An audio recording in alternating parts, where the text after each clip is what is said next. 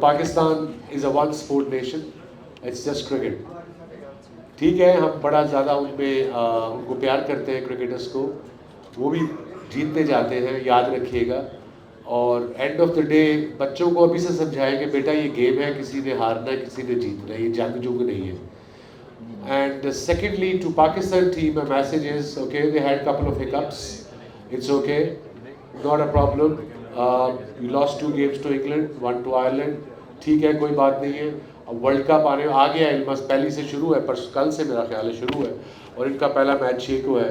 And I think once Pakistan team world cup में जाएगी, ये डिफरेंट टीम होगी। वहाँ की पिचेस हमारी बॉलिंग को, हमारी बैटिंग को सूट करेगी।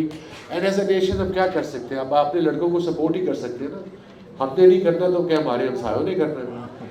सो we are behind you Pakistan team, fight till the last ball. What the Pakistani want, हम पाकिस्तानी क्या चाहते हैं? हार जीत गेम का हिस्सा है, बट आखिरी गेम तक लड़ोगे, हार भी गए, we will be behind you. Thank you.